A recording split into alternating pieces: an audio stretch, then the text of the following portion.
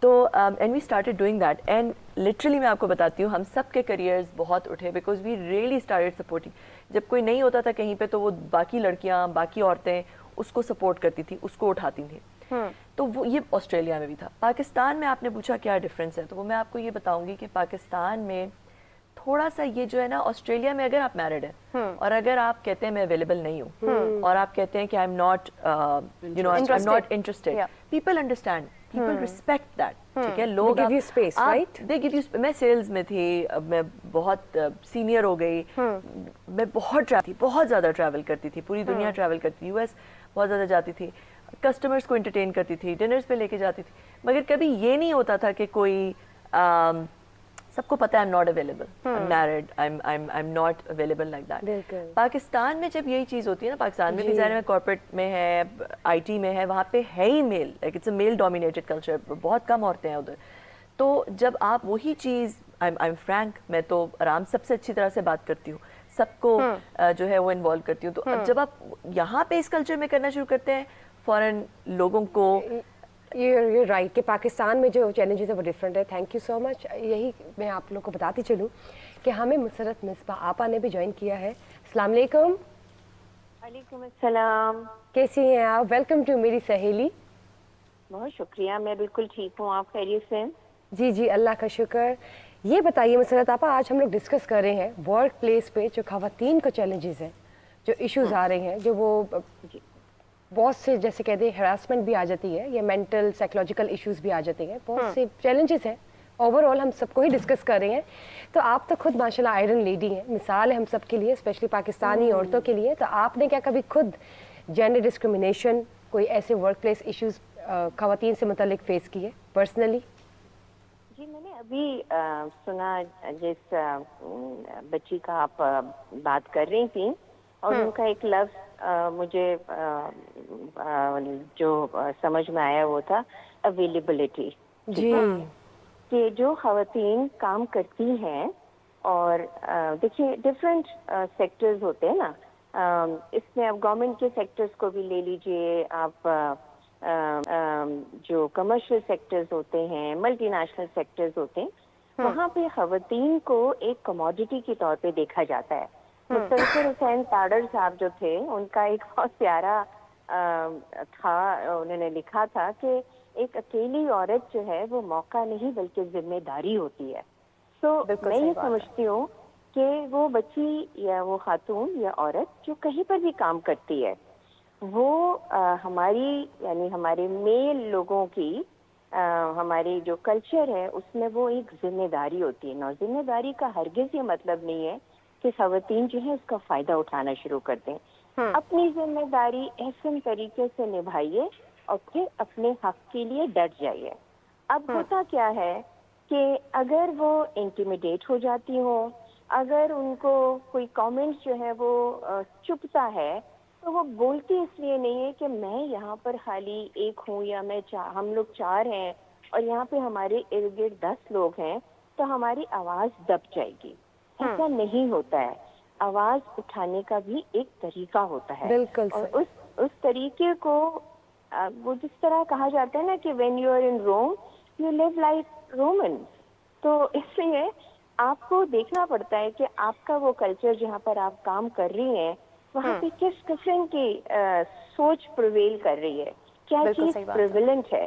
تو اس لیے لڑکیوں کا اپنے آپ کے اوپر کانفیڈنٹ ہونا, اپنے آپ کو منوانا, یہ ساری چیزیں جو ہے وہ ان کے اپنے جو خود اعتمادی ہوتی ہے اور ان کے اسٹرینتھ آف کیریکٹر ہوتا ہے. جیسے ابھی انہوں نے بتایا کہ بھئی وہ دوسرے ملک میں ہے, وہ ہر چیز کر سکتی ہیں اور مجال ہے کہ کوئی کچھ کہہ دے. یہاں پر جو ہے وہ مشکل ہوتی ہے ہماری بچیوں کو. 100 آدمیوں کے درمیان میں کھڑے ہوں اور آپ کے طرف کوئی گندی اور میلی نگاہ جو ہے وہ نہ پڑے, وہ ممکن تو نہیں ہے, لیکن اگر آپ اس کو ٹیکل اور ہینڈل کرنا جانتے ہیں تو یہ بھی ممکن ہے کہ کوئی آپ کی طرف اس طرح سے دیکھے بھی نہیں. تو جو ورک پلیس ہراسمنٹ ہوتی ہے, یا جس ورک پلیس کیا سفر کرتے ہوئے, ٹریول کرتے ہوئے بسوں کے اندر, مطلب ہم پریویلیج کلاس کی بات نہیں کر رہے ہیں, ہم اپنی عام بچیوں کی بھی بات کرتے ہیں کہ جب وہ ٹریول کر رہی ہوتی ہیں تو کس طرح سے کوئی سیٹی بجا رہا ہے, کوئی کامنٹ پاس کر رہا ہے, کوئی گزر رہا ہے تو چھو کے گزر رہا ہے. آئی مین کتنے پیتھیٹک آپ نے ہے بالکل ٹھیک بات کی مسرت آپا کہ جب گھر سے قدم باہر نکالتی نا عورت تو ٹرانسپورٹیشن بھی ایک ایسا چیلنج ہے. ہر کسی کے پاس ٹرانسپورٹیشن اکثر نہیں ہوتی. بس اسٹاپ پہ لڑکیاں کھڑی ہوتی ہیں, وہاں پر اتنے مسئلے ہوتے ہیں, بلی ہو رہی ہوتی ہیں, آوازیں کس رہے ہوتے ہیں لوگ, اور وہ بھی اپنا ہی ایک ایشو ہے, چیلنج ہے. اس کے ساتھ ساتھ جب آپ تو پریزیڈنٹ ڈپلیکس بھی ہیں تو یہ بتائیے کہ جاب کے حصول کے لیے کیا کیا مسائل درپیش آتے ہیں, کیا کیا ایشوز آتے ہیں عورتوں کو جب وہ انٹرویوز کے لیے جاتی ہیں یا وزٹ کرتی ہیں, واک ان سیریز اپنی لے کے جاتی ہیں, کیا کیا پرابلمز آتی ہیں؟ تو دیکھیں جو میری فیلڈ ہے نا وہ ایک بیوٹی کی فیلڈ ہے, اینڈ فارچونیٹلی یہ ایک ویری فیمیل ڈومینیٹڈ فیلڈ ہے, اور اس میں جو لٹل پرسنٹیج آف میل جو وہاں پر موجود ہوتے ہیں وہ ان کے لیے maybe they are trans persons, maybe they are young boys who are striving to become makeup artist اور ہیئر ڈریسر. وہ ایک الگ ان کو کوئی ہراسمنٹ نہیں ہے. ہماری لڑکیوں کو اس وقت ہی ہراسمنٹ ہوتی ہے when they start working odd hours for their maybe makeup کے کوئی شوٹس ہوتے ہیں, کوئی فلم ہوتی ہے جہاں پر وہ انسیکیور فیل کرتی ہیں. But things are changing. There is a thing which is called social media. There is a thing which is called you know using your mobile when something like this is happening. لوگ ڈر جاتے ہیں کہ یہ کہیں viral نہ ہو جائے. کوئی اب بڑے بڑے actors, actresses, you know technicians وغیرہ جو ہیں وہ ڈرتے ہیں ان باتوں سے. تو use it to your benefit. اگر آپ کو کہیں پر ایسی چیز لگتی ہے تو آپ ضرور اس کو اپنے بینیفٹ پہ استعمال کریں.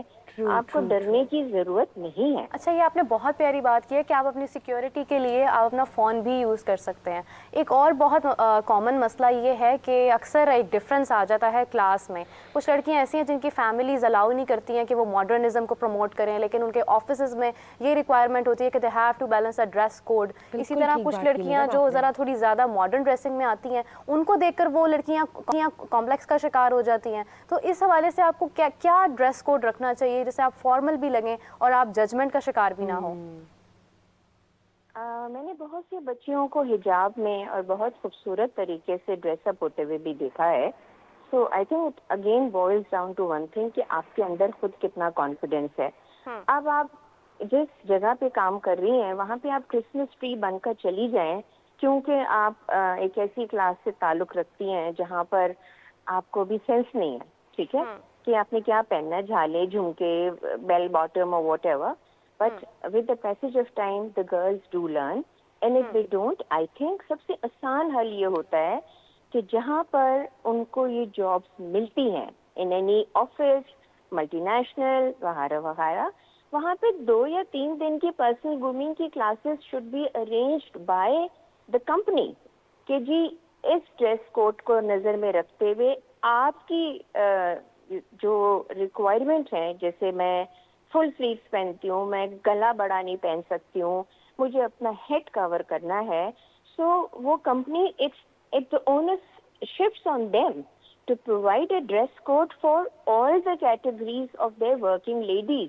مطلب آپ ایک جمع دار کو جو کہ صفائی کرتا ہے, جانیچر ہے, اس کے لیے جو ڈریس کوڈ ہوتا ہے وہ ڈفرینٹ ہوتا ہے. جو فرنٹ ڈیسک آفیسر ہوتی ہے اس کا الگ ہوتا ہے, جو اس سے بڑی پوسٹ میں ہوتی ہے اس سے الگ ہوتا ہے. But you know I mean that is companies requirement and it should be part of their SOPs that the girls should be given before they join any organization, a grooming session جس میں ان کو بتایا جائے بال کیسے بننے ہیں, کپڑے کون سے پہننے ہیں. اور یہ ضروری تو نہیں ہے نا کہ آپ را سلک اینڈ پیور سلک کے کپڑے پہنے. No no no, I mean there are amazing local brands جو کہ اب گرمیوں کا موسم آ گیا ہے, آپ اس میں کپڑے بھی اتنے پیارے پیارے بنتے ہیں. اس میں depending you can't go there looking like a bride ایک آفس کے اندر. So that also comes with the passage of time. And again میں سمجھتی ہوں کہ آپ you just Google something accordingly and they will give you 101 options. جو کہ آپ اپنے کپڑوں کو ہی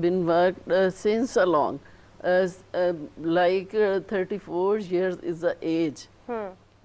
I started working when I was 14 years